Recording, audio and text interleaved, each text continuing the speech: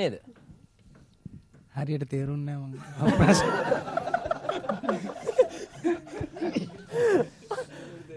සිද්ධිය මතක් නිසා තමයි ඒක තේරෙන්නේ නැත්තේ. නේ? සිද්ධිය මතක්ුන්නේ නැහැ දැන් ඔය කියන්නේ. එහෙමද? ඒ කියන්නේ සිද්ධි ගොඩාක් සිද්ධි දාමයක්. නේද? ආහාර දාම වගේ නේද? ඒ වගේ තමයි. හොඳයි. යම් කිසි දෙයක් කරනකොට මේ සිංහල භාෂාවෙන් කියන්නේ යම් කිසි දෙයක් කරනකොට නිවැරදිව කරන්නේ ගොඩක් හොඳයි නේද? පාෂා ශිෂ්‍යෙක් විදිහට ගත්තාම සහ විශ්වවිද්‍යාල ශිෂ්‍යෙක් විදිහට ගත්තාම. අනිවාර්යයෙන්. ක්‍රිකට් ක්‍රීඩාවත් එහෙමද? ඒ කියන්නේ මම ඉස්කෝලේදී කියන්නේ 13 පාල සහ 15 පාල ක්‍රීඩා කරා. 17 පාල අවුරුද්දක් ක්‍රීඩා කරා. ඊට පස්සේ ඉතින් ක්‍රිකට් නැවතුවා. ඊට පස්සේ ඉතින් මං කැම්පස් එකට ආවට පස්සේ තමයි ආයෙ ඉතින් ක්‍රිකට් ක්‍රීඩාව පටන් ගත්තේ. දැන් සාමාන්‍යයෙන් ඔබ කලින් ඉඳන් කිව්වා මේ ක්‍රිකට් නතර කරා කියලා. ඒ කියන්නේ විගණීම සහ ක්‍රිකට් දෙකම එකට කරන්න බැරි නිසාද? එහෙම දෙයක් නෑ ඇත්තටම. මං හිතන්නේ හොඳම උදාහරණේ ජෝසා බෙනා. එතකොට ෆස්ට් 11 කැප්ටන්සි එකක් කරලා මෙහි කැම්පස් ආපු අය. සමහර විට ඉතින් අර ගෙදර පසුබිමත් එක්ක සමහර විට දෙමව්පියෝ අපේ අම්මලා තාත්තලා හිතනවා කියන ප්‍රැක්ටිස් ගිහිල්ලා එක්කන් එන්න එහෙම ප්‍රශ්න තියෙන හින්දා තමයි මම නම් ක්‍රිකට් නැද්ද මං ආස නැති එක නෙමෙයි ඇත්තටම ආසයි. නමුත් මම නම් කියන්නේ ක්‍රීඩාව කරනකොට හොඳම උදාහරණ දෙක මෙතන තියෙනවා. ෆස්ට් 11 කැප්ටන් කෙනෙක් කැම්පස් එනවා කියන්නේ අවංකව මේ හැකියාව මත ඕනම කෙනෙක්ට පුළුවන් වෙන්න ඕනේ ක්‍රීඩාවක් කරලා ඉගෙනීමත් කරගෙන එන්න මෙතන. පුංචි කාලේ මගේ සිහියට එනවා මේ දැන් අම්මා එක්කන් එනවා අතින් අල්ලගෙන ඒ නිසා අම්මට එක්කන් එන බැරුණාන් පස්සේ ක්‍රීඩාවට සමුදෙනවා. හරි ලස්සන කතාවක්.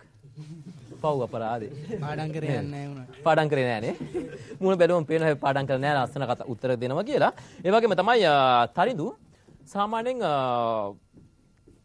පුංචි කාලේ අපිට තියෙන එක සිහින. ඒ සිහින සාර්ථක කරගත්තාම අපිට ගොඩක් ලොකු සතුටක් එනවා. ඔබට විශ්වවිද්‍යාල සඳහා තේරුම් දවසේ ලැබුණු සතුට වචන විස්තර කරන්න පුළුවන්ද? ඒක මට වඩා මගේ අම්මට තාත්තට තමයි දැනෙන්නේ නැත්තේ. මාර සතුටක් දැනන ඒ වෙලේ කියන දේවල් නැහැ. ඇස් දෙකේ තියෙන කඳුළු ටික පිහදා ගන්න ඕන නිසා මම කතා කරන්නේ නැහැ තවත්. ඒ නිසා තිසරත් එක්ක කතා කරනවා.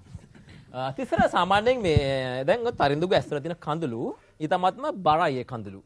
හේතුව තමයි විශ්වවිද්‍යාලයෙන් වැටෙන කඳුළු. ඒ කඳුළුවට අපි ගරු කරනවා. අපි ආදරය කරනවා. ඉතින් ඒ නිසා තමයි අව චැම්පියන් අපි කොළඹ විශ්වවිද්‍යාලයට ගියේ මේ ශිෂ්‍යයන් හොයාගෙන.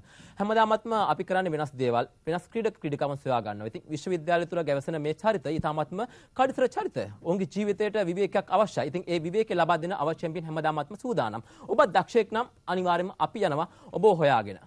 අපිට කතා කරන්න, අපිට ලියන්න. ඔබේ දක්ෂතා අපි මුළු ලෝකෙටම හෙට දවසේදී කියන්න සූදානම්. ඒ වගේම තමයි තිසර. අඬන්නේ නැහනේ. හොඳයි.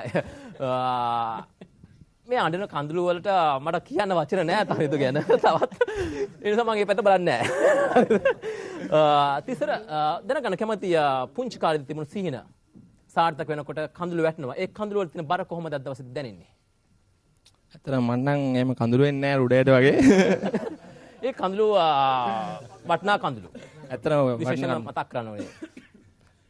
රුඩය මේ දාපු හින්දා හොඳ කඳුළු.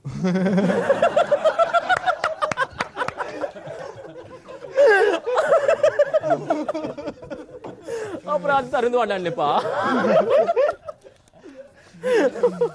හොඳයි. ඉස්සර කියන්නකො ඉතුරු ටික. මොකද ඇහුවේ? හොඳයි අපි මුලින්ම පටන් ගමු වෙනනේ.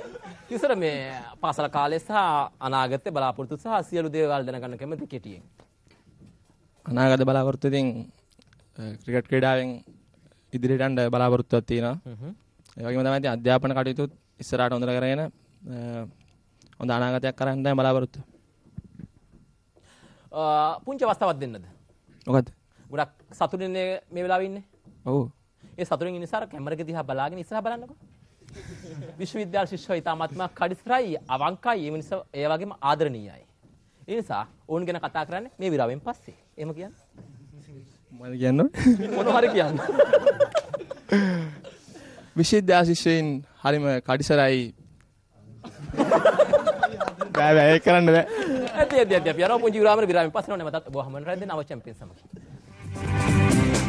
පබලු සැලි ඉඟි කරන හැටි බෙව්දුව ඇසි පිය ගසති මග දෙපස රැඳි ඔබ දෙසට හැරි මම නෙතු නොපියා හිඳිමි මම නෙතු නොපියා හිඳිමි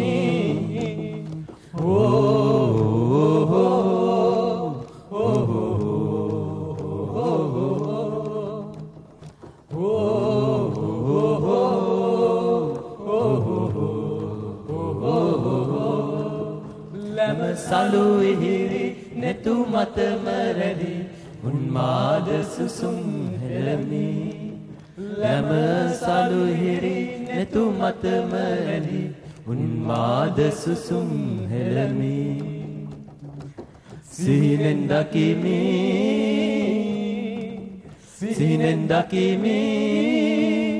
මල් කෙනි මම සිඹින හැටි වැහි පබලු සැලි ඉඟි කරන හැටි දෙව්දුව ඇසි පිය ගසති මග දෙපස රැඳි ඔබ දෙසට හැරි මම නෙතු නොපියා හිඳිමි මම නෙතු නොපියා හිඳිමි.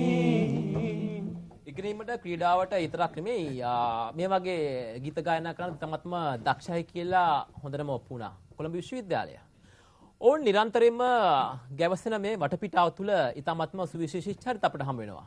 ඔබ දැක්ක හොඳින්ම මේ චරිත කොයිතරම් සංවේදීද කියලා. ඒ සංවේදී චරිත අපිට මුණ ගැහෙන අවස්ථාවලදී ඕන් පිළිබඳව කතා කරන්න අපි ගොඩක් ආසාවක් දක්වනවා. ඉතින් ඒ වයින් චරිතයක් තමයි පවිත්‍ර කියන්නේ. නේද පවිත්‍ර? පවිත්‍ර සාමාන්‍යයෙන් මේ පවිත්‍රගෙන් ප්‍රවේශම් වෙනු. හරි එහෙනම් බෝඩ් එකක් ගහලා තියෙනකොට කොයිතරම් බීතරපත් වෙනවද නේද කොළඹ විශ්වවිද්‍යාලේ ගෑනු ළමයි.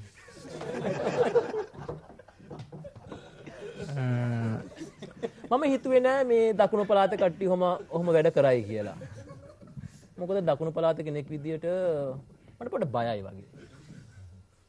මෙහෙමයි යෝගේ මේ සත්‍යතාවයකුත් තියෙනවා.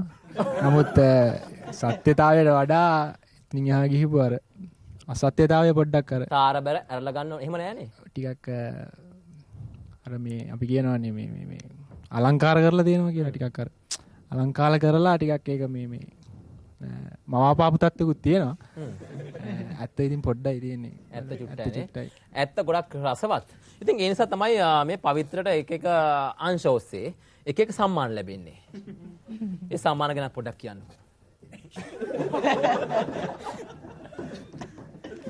සම්මාන කියන්නේ සාමාන්‍යයෙන් අවසන් වසරේ තියෙන ගෝයින් ඩවුන් එක කියලා එකක්.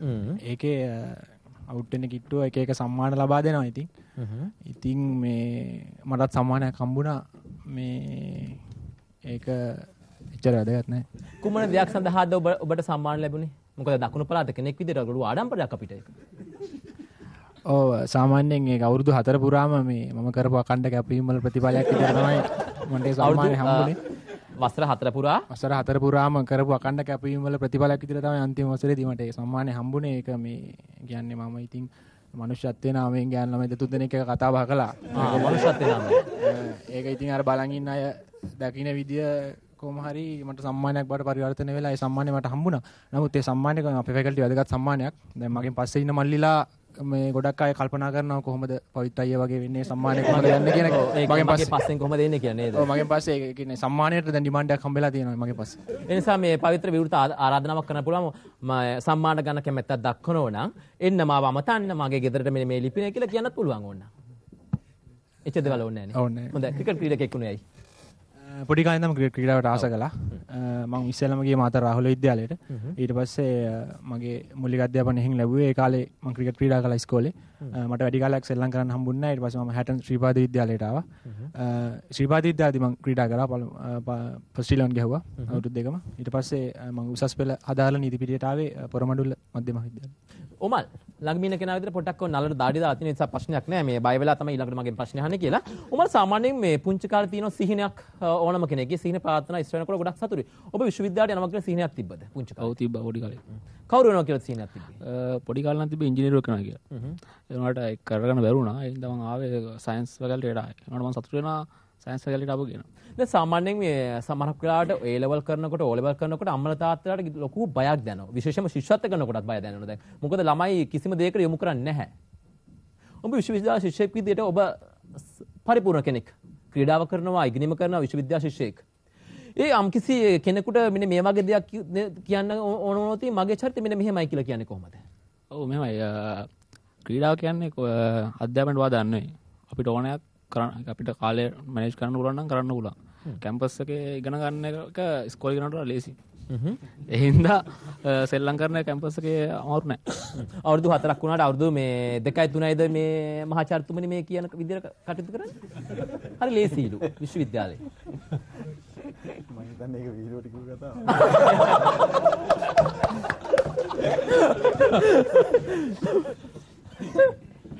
අපි දන්නේ නැහැ.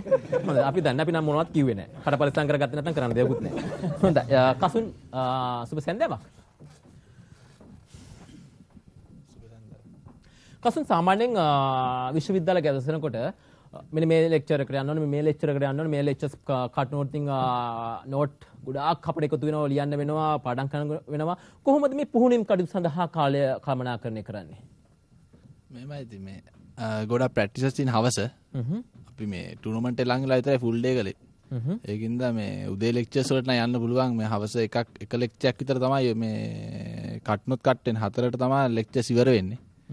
අපි ප්‍රැක්ටිස් පටන් ගන්න 3ටනේ ඉතින් අවුලක් නැහැ මේ එක ලෙක්චර් එකක් කට් වෙන්නේ. එහෙම එක ලෙක්චර් එකක් කට් වෙන කමක් නැහැ නෑ. ඒක මැනේජ් කරගන්න පුළුවන්. හොඳයි නේද? හොඳයි. ඒ ලෙක්චර්ස් ටික කට් වුණාම කොහෙද නතර වෙන්නේ කියලා බලන්න වෙන්නේ මේ කමර්ෂල් බ්‍රේකින් පස්සේ. යනවා පුංචි විරාමයෙන් පස්සේ නැවතත් ඔබ හමුවෙන් රැඳෙන our champions අපගේ.